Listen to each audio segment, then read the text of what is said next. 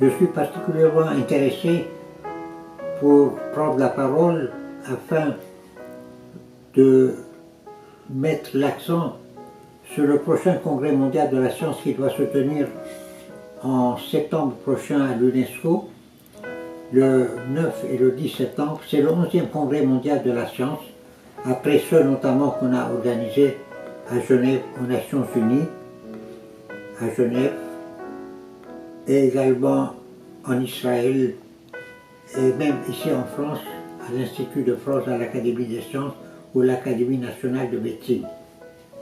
Ce congrès a pour particularité de répondre à un besoin important et qui est tout à fait parallèle au slogan de l'Académie internationale des sciences Ararat, qui est la paix dans le monde. Donc, la science pour la paix, c'est là l'objectif de l'Académie internationale des sciences Ararat, et c'est dans cette optique que nous organisons ce congrès mondial de la science, le 11e congrès mondial de la science, aux Nations Unies à Genève. Ce congrès aura lieu en collaboration avec le High Academic Council, qui regroupe non seulement l'Académie internationale des sciences Ararat, mais également l'Académie des sciences à Saint-Pétersbourg, mais également l'Académie d'Oxford et l'Académie de Los Angeles. Donc c'est un organisme particulièrement élevé qui regroupe des scientifiques de haut niveau de différents pays. En ma qualité de président de l'Académie internationale des sciences Ararat, à l'origine de ces congrès, puisque c'est le 11e congrès que nous organisons, je dois dire en préambule que ce congrès-là comporte plusieurs langues à l'UNESCO. Par contre, les langues officielles de l'Académie internationale des sciences Ararat sont le français, l'anglais et l'arménien. Ainsi, nous avons voulu donner aussi à la langue arménienne une dimension internationale, notamment en organisant déjà en 1993 le congrès mondial arménien à l'occasion de l'indépendance de l'Arménie en 1992. Alors, quels sont les objectifs de l'Académie internationale des sciences Ararat poursuivis donc à l'occasion de ce congrès? Nous avons 4 sessions qui auront lieu à l'UNESCO.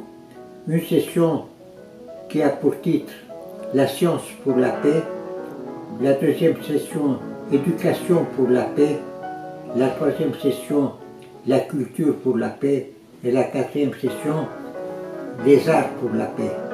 Ce sont donc différents thèmes, mais qui se rejoignent quand même, l'objectif étant la paix. En effet, pour que la paix aboutisse effectivement, ou que l'on puisse faire des propositions à travers les communications des responsables de haut niveau, qui soient politiques, qui sont invités, mais également des scientifiques, des académiciens, des universitaires, mais aussi des gens qui ont une certaine expérience, qui peuvent contribuer non seulement à l'avancement de la science et de la culture, mais aussi au développement de l'amitié entre les peuples et la recherche d'une paix équitable dans le monde. De tels objectifs qui nous sont particulièrement chers, nous les avons donc particulièrement développés, y compris à Saint-Pétersbourg, avec l'Université des sciences fondamentales, avec lesquelles l'Académie internationale des sciences Ararat a des rapports très étroits. Mais je pense que ce congrès nous paraît particulièrement important dans la mesure où des thèmes seront abordés et sur le plan objectif, nous tiendrons compte des propositions qui seront faites par des spécialistes venus d'horizons divers. Non seulement, en effet, nous attendons des gens qui viendront du Japon, de la Chine, de l'Inde, des pays européens, notamment de l'Espagne. Nous attendons la participation de M. Federico Mayor, le directeur général de l'UNESCO dans le passé, mais également des premiers ministres qui participeront également, le Tadjikistan a souhaité participer et a contribué justement que ce congrès ait lieu avec la participation de l'Académie des Beaux-Arts du Tadjikistan, mais également nous pensons que l'Espagne aura un rôle particulièrement important puisque l'Académie des sciences de Madrid participera également, ainsi que différentes universités et différentes académies dans le monde. Voilà donc déjà une première approche par rapport à ce que nous avions à proposer. Ceci est un premier contact pour essayer de sensibiliser sur l'importance de ce congrès qui aura lieu, donc je le rappelle, le 9 et le 10 septembre à l'UNESCO, et pour lequel, bien entendu, il faut s'inscrire. Et si vous avez des propositions à faire ou des communications à nous soumettre, nous sommes tout à fait disposés à les examiner.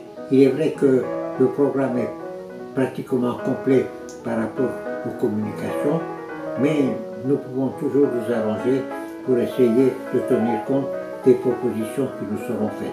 Je vous remercie. Thank you.